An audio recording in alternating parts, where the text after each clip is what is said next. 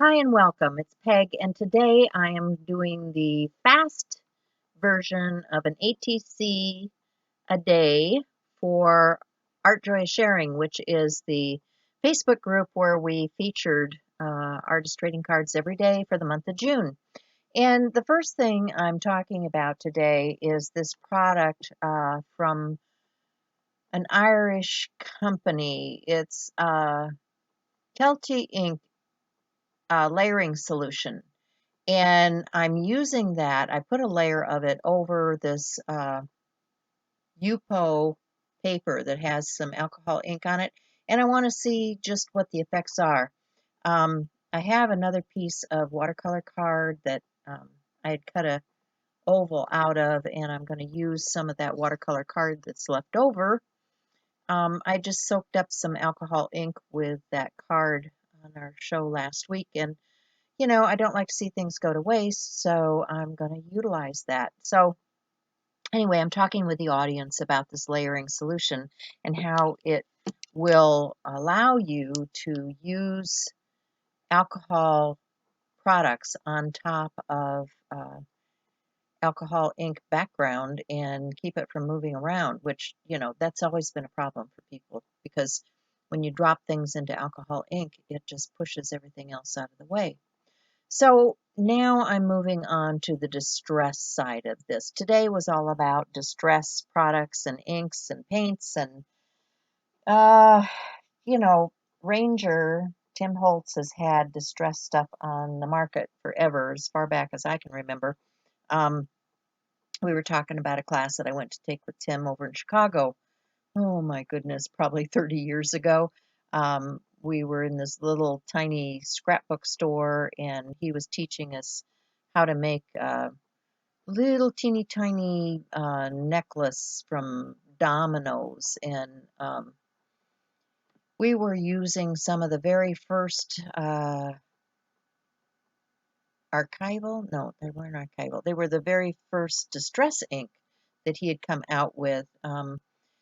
They didn't even have a name for a lot of that stuff. He had given us ink to try. It was a new blue, and the ones that were being produced said name this ink on them because they were running a contest to name the color of the ink because he hadn't determined a color for that particular blue yet.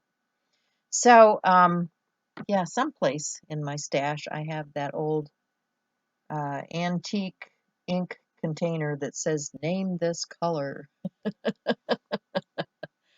So I'm going to use some of the ink daubers and paint daubers and sprays, and they came out with all kinds of different things. The newest to their line of colors is the Distress Oxide, and the newest one this year is the Speckled Egg. So that's the blue that's out there on the surface of my desk on that craft sheet. And I just opened the paint, and so I'm smearing some of that around, not to waste anything, right? And the thing about using these water-soluble media is that you need to dry in between layers. So if you watch Tim Holtz, he's always got his heat tool out, and he uses a heat tool, not an embossing gun.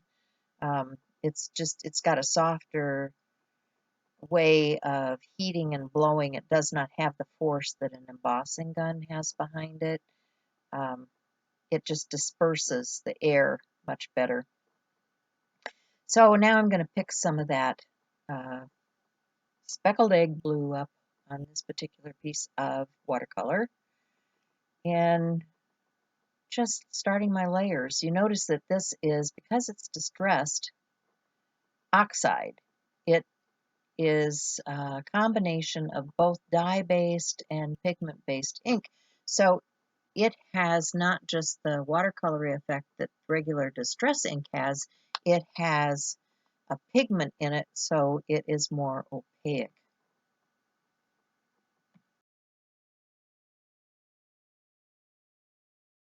So now I am reaching for some distress stain. This one is in the, what do they call those? It's got a sponge dauber top. and the other one is in a spray bottle. And you can see that they came out with different ways of delivering the stain, to your surface. With the dauber, you need to press down and get the flow going to the sponge. And because it's reactive, you can add water, and it, of course, is going to react to the water. So that means you have to get the heat tool out and heat it again. And then I'm going to reach for the spray stain after I pick up a few more droplets. I like the droplet effect. I'm looking for an aged effect on this particular piece because I'm going to end up using um, a distressed look on this. So I'm showing how to distress with these different distressing tools. These are from Tonic Studio. They also came out from Tim Holtz. I think they're in a black now. The originals were in a red color, but you can still find these. And I think that you might even find a distressing piece in your sewing kit, because I remember cutting threads with those. So I'm picking up things off of my craft sheet because I've got all that ink down there and I don't want it to go to waste. So I'm just going to do a few more surfaces before I come back and clean my craft sheet again. Got to dry again. In between layers, you've got to dry. And then I'm looking at the different pieces. So now I'm going to get out some good old tried and true Distress ink. These are some of my tried and true favorites.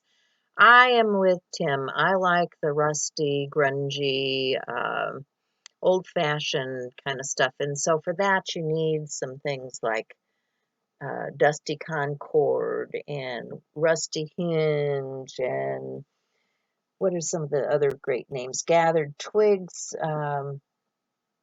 Brushed Corduroy, all of those colors. So I'm going to add some of that aged mahogany into the background, and then I'm going to use some of his tissue paper on top of that. Oops, I guess I'm going back to the stain. I've got Gathered Twigs stain,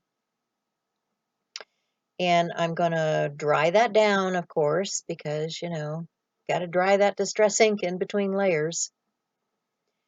And then I'm gonna speckle the surface of this card too. I want to, how some older things, when you get them, have dots and, nasty crud on them. Well, I'm just mimicking that with my fan brush and some paint, allowing it to age and distress this frame that we're creating. And then, of course, I can't let that go to waste, so I'm going to grab my tag and get some of that paint onto that tag I'd started earlier. Just another background, right? And get my Yoo-Hoo glue stick and my tissue paper and glue it down. Yoo-Hoo glue sticks are great. They come out blue if you get the blue cap ones, and then when they dry, they turn clear so that you know they're dry. You can get just plain clear ones too. So this is a picture of my grandmother and father.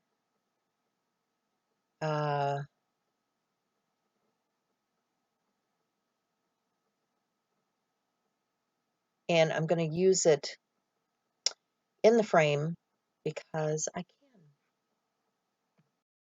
So I'm going to use some packaging and take some plastic out of this packaging that I got from Tonic Studios. You can recycle a lot of things, and they use a lot of packaging in this stuff. So I'm going to take that piece of plastic, take the die and slip it back into the sleeve, and cut this piece down to make a window for my ATC. I'm just going to cut off that piece of plastic and end up gluing it down. And then I'll use some dimensional tape and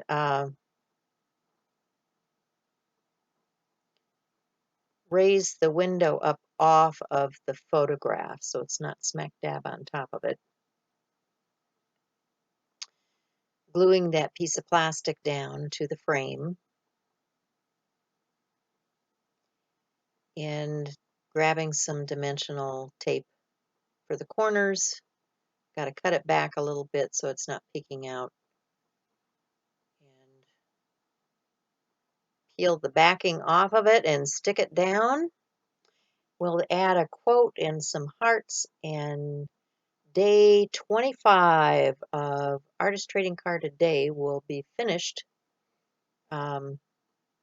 I hope you're playing along with us. I hope you come and join us in the Facebook group. And if not, use the hashtag on any social media. If you go over to Instagram and use the hashtag ATCAD2020, you're going to see a lot of art. We have over 400 and some posts in Art Joy is sharing of artist trading cards. So there's a lot of art to look at. I'm really proud of our group of artisans that have been creating this month because they stepped up to the plate and they've been making art on a daily basis. So that's about it from me today. I thank you for being here, and remember to be kind, love one another, and check the description box below for links. And I'll see you again next time. Bye for now.